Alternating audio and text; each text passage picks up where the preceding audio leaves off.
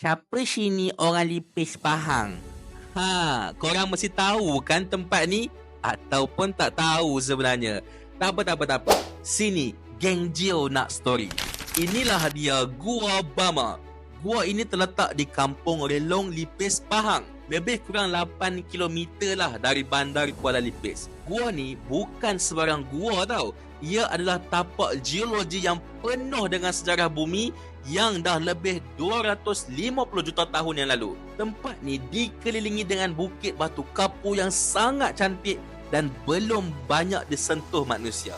Jadi kawasan ni sesuai sangatlah untuk buat pot tenangkan fikiran sambil enjoy keindahan alam. Gua Bama ni bukan je tempat explore, tapi dia juga tapak geologi yang penting. Apa yang menarik tentang gua ni?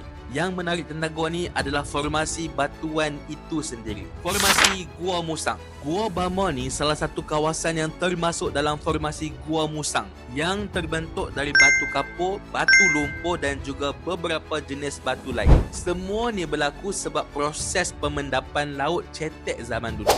Kedua, jujukan Perm-Trias. Batu-batu kat Gua Bama ni dah pun wujud sejak zaman Permian hingga Triasik lebih kurang 252 juta tahun lalu. Masa tu dunia tengah mengalami kepupusan besar-besar bila banyak spesies laut pupus. Jadi, lapisan batu yang ada kat gua ni boleh tunjukkan perubahan besar yang jadi pada zaman tu. Ketiga, rekod sejarah alam. Dalam batu-batu ni, kita boleh jumpa fosil mikroskopik foraminifera yang bantu saintis kenal pasti sempadan geologi dulu. Gua ni tunjukkan yang dulu kawasan ni adalah laut tropika cetek yang penuh kehidupan laut. Gua Bama ni bukan setakat gua biasa, tapi arkib sejarah bumi.